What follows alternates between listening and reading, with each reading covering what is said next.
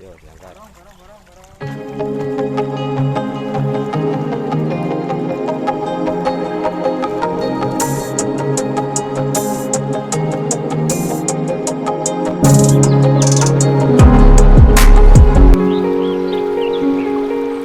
Setiap ikan itu harus bak warna apa yang bagus untuk kita jual.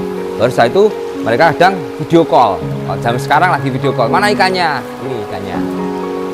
Ada lagi di media sosial itu kan banyak penipuan sampai sekarang ini. Nah, trik gimana supaya orang tuh percaya bahwa kita itu bukan penipu, jadi penjual beneran. Harus kita tampilkan. Gitu loh. Jadi sistem karantina kita, standarisasinya yang sesuai dengan SOP yang lagi untuk ikan hias itu seperti apa. Terus waktu di packing itu harus serapi mungkin. Kita harus punya branding.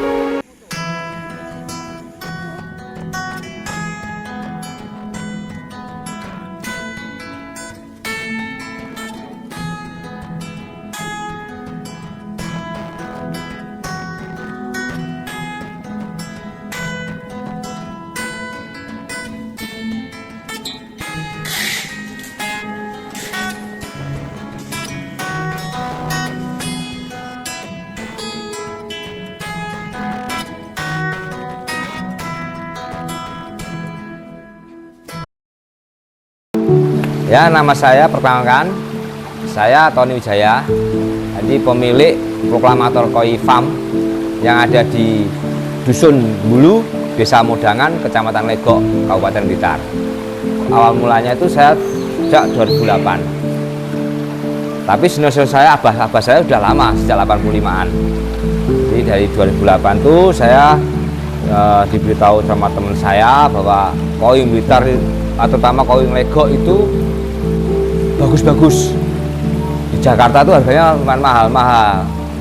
Nah, dari situ saya tertarik untuk budidaya itu dengan lahan 80 ru, 80 sekitar ya kurang lebih 40 kali 50 meter persegi. Itu saya coba dengan beli larva ikan koi, saya budidayakan di situ.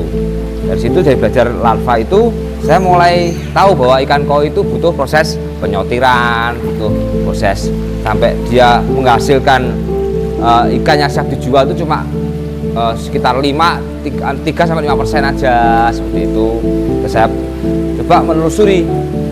Sebelumnya memang keluarga saya memang pengusaha koi juga ikan hias, cuma nggak bisa kirim ke luar daerah, hanya dia diambili sama pengepul ikan hias. Nah, saya belajar itu budidaya sambil pemasaran. Pemasaran saya lihat apa? Jadi saya selama tahun 2008 tuh yang ada cuma hanya Friendster, sejenis Yahoo Messenger, belum ada BlackBerry atau sekarang Android tadi belum ada. Nah, saya lewat email. Jadi hasil panen saya sama petani saya punya abah saya itu saya pasarkan lewat email. Jadi saya lihat komunitas di Friendster, komunitas pencinta Harley, komunitas rumah-rumah mewah seperti itu. Nah, akhirnya saya email mereka, saya cari historinya. Oh, Pak Johan, ya saya email. Mungkin Bapak berkenan untuk ikan hias seperti ini, saya tawarkan seperti itu. Akhirnya dia tertarik, mana ikan hias yang kamu? Ya, jadi lihat email, via email dulu.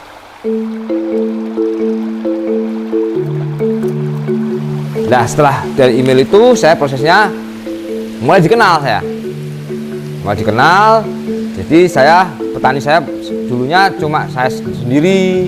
Akhirnya saya punya rekanan kemitraan dengan petani lain karena saya udah nggak bisa nyanggupin untuk produksi dengan penjualan saya. Nah, saya cari atau ada petani-petani lain yang sudah dia produksi tapi nggak bisa jualin, saya beli, saya borong semua ikan, saya bisa ini yang grade A, saya alihkan dengan orang luar pulau, banyak saya tawarin ke pedagang Batam.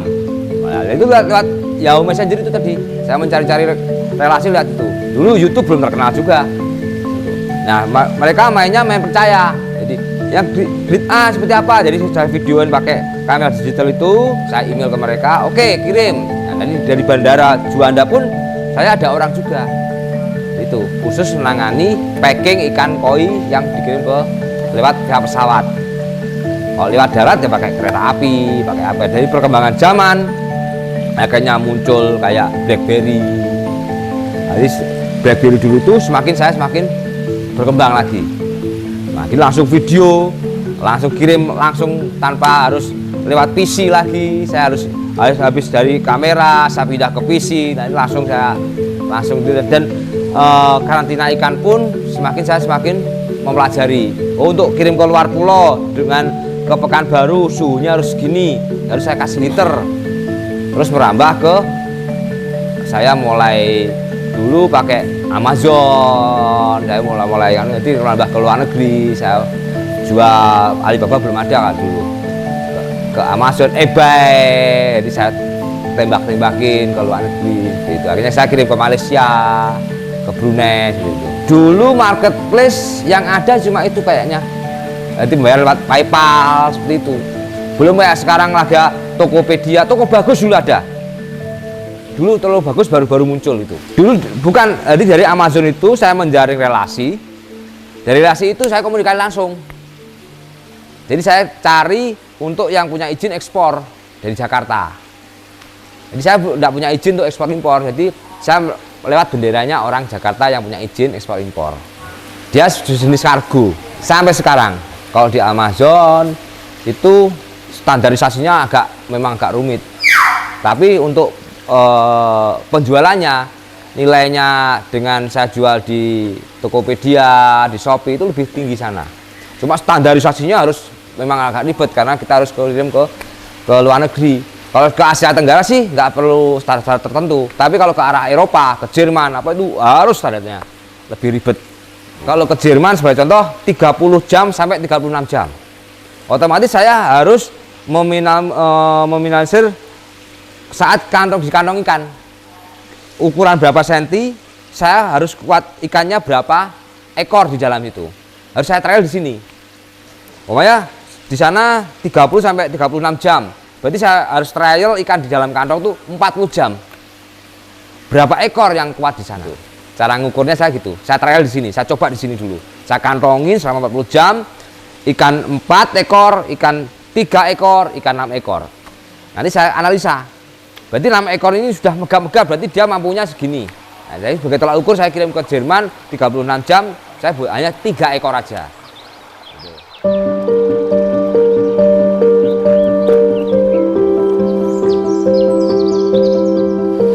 Jadi tipsnya itu karena kita jual ikan hias ya, jadi pasarnya kita itu tertentu, arahnya ke penghobi dan bukan kita jual ke orang user untuk dikonsumsi, karena itu harus ada trik-trik tertentu. Jadi sebelumnya kita memasarkan itu kita analisa ikan siap dikirim dulu, karantina kita sudah siap. Jadi ikan saat dikirim itu harus kita puasakan, minimal ada standarisasinya. Terus ikan benar-benar sudah sehat, bebas kutu, bebas virus, bebas spot, bebas semuanya. Baru kita pasarkan lewat media sosial, lihat video. Nah, video pun kita harus tahu triknya. Jadi kalau video ikannya kohaku, nah, kita media dia untuk video dasarnya harus biru. Asal kita putih gitu, jadi nggak kelihatan cerah. Jadi ada trik pemasaran yang harus kita kuasai dulu. Jadi setiap ikan itu harus warna apa yang bagus untuk kita jual. Karena kita di situ kan jual gambar, jual video, baru setelah itu mereka kadang video call. Kalau zaman sekarang lagi video call, mana ikannya? Ini ikannya. Ada lagi di media sosial itu kan banyak penipuan sampai sekarang ini. Trik gimana supaya orang tuh percaya bahwa kita tuh bukan penipu, tapi penjual beneran. Kita harus kita tampilkan. Gitu loh. Jadi sistem karantina kita, standarisasinya yang sesuai dengan SOP yang lagi untuk ikan hias itu seperti apa. Terus waktu di packing itu harus serapi mungkin. Kita harus punya branding. Jadi packing jangan asal packing. Packing itu harus ada brandingnya. Hanya kita punya kardus atau styrofoam itu ada logo, ada apa. Jadi termasuk legalitas dari pemerintah. Jadi persyaratan pemerintah itu harus kita miliki. Seperti itu salah satu trik. Banyak orang pasti tanya saya dulu, Pak Tony, saya orang awam, saya pengen pelihara koi, gitu loh. Carikan saya yang berkualitas, saya nanti kasih video, gitu loh. Jadi ini loh koi yang berkualitas. Ini dengan size yang sama, tapi harganya beda. Ini yang size 30 harga 60.000 sampai 100.000. Ini 30 cm harga yang antara 750 sampai 1,5 juta. Bedanya di mana? Saya kasih tahu. Saya kasih tutorialnya.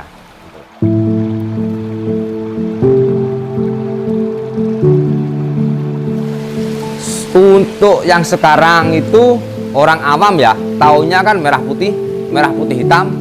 Jadi yang sering di pasaran itu yang itu, jenis Kohaku, jenis Sanke, jenis Showa. Itu yang orang sering tanya, Pak ada stok nggak untuk jenis Kohaku? Atau ada stok nggak Pak untuk yang merah putih? Seperti itu. Alasannya karena ciri khas koi itu merah putih awalnya. Baru kalau udah menguasai ikan koi dari merah putih itu, dia cari yang antik-antik. Yang di pasaran yang atau hanya pelengkap itu ada berapa jenis Budokoromo yang putih hitam, ada Goshiki, Asagi, seperti itu. Itu hanya biasanya mereka kasih pelengkap. Tapi yang paling banyak masih merah putih jenis Kohaku. Untuk peminat pasar itu tergantung, sebenarnya penurunan jejaknya itu tergantung dari masuk juga perekonomian Indonesia juga. Lagi sekarang lagi musim Covid, dia kan ini kan sekunder, ikan hias ini kan sekunder. Dia mengutamakan istilahnya primernya dulu, yang hidupi keluarganya dulu, baru dia beli yang untuk hobi. Nah, apalagi lagi Covid gini, pasti ikan hias itu pasti menurun. Untuk Covid yang terakhir ini dampaknya ya sangat terasa lah, penurunan 40% lah, 40% penjualan kami. Tapi kita harus berusaha dengan trik-trik tertentu. Dengan mungkin kita kasih harga kita turunin, tapi kami minta pembelian kapasitas banyak. Itu ada yang retail, ada yang paket, seperti itu. Kita harus gimana caranya mensiasati supaya tetap perputaran penjualan ikan koi itu harus ada. Karena saya punya petani banyak, saya harus ngeluarin ikan stok saya yang di petani saya, gitu. Petani koi seperti itu.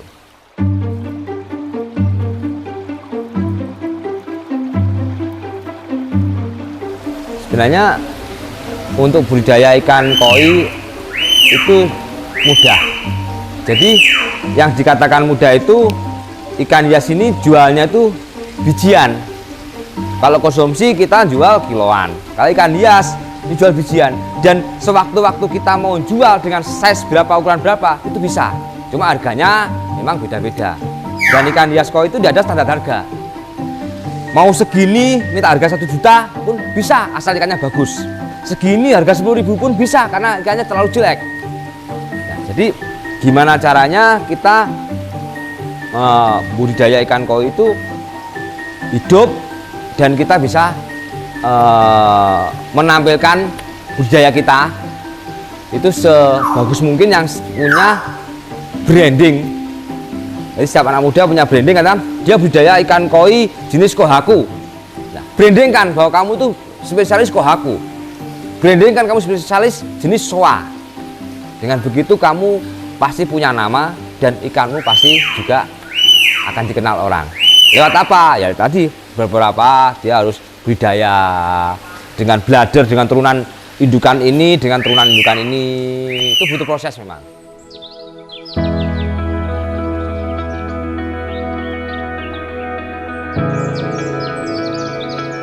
Ya, jadi Proklamator Koi Farm itu ada beberapa sosial media lewat penjualan.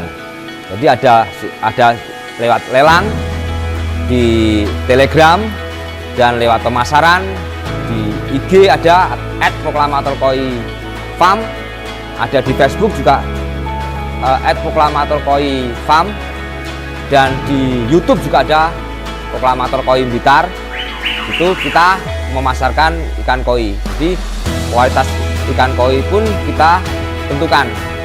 Jadi lewat penjualan kami lewat sosial media.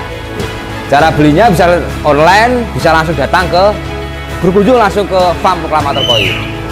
Kontak personnya lihat di link di bawah ini. Terima kasih. Assalamualaikum warahmatullahi wabarakatuh. Jangan lupa subscribe, klik lonceng, like, komen.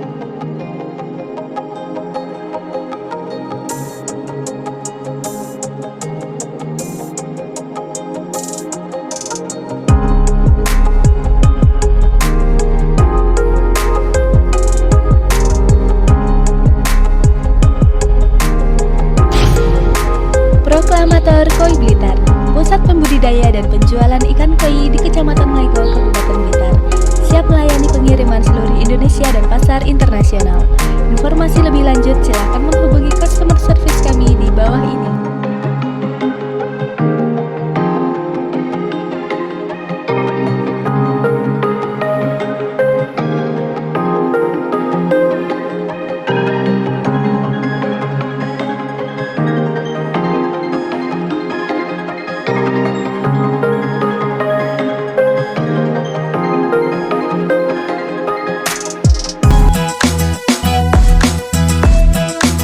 Proklamator Koi Blitar, pusat pembudidaya dan penjualan ikan koi di Kecamatan Maiko, Kabupaten Blitar. Siap melayani pengiriman seluruh Indonesia dan pasar internasional. Informasi lebih lanjut silakan menghubungi customer service kami.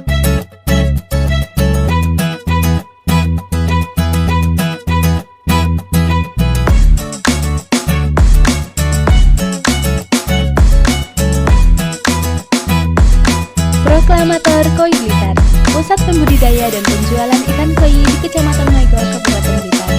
Siap melayani pengiriman seluruh Indonesia dan pasar internasional. Informasi lebih lanjut silakan menghubungi customer service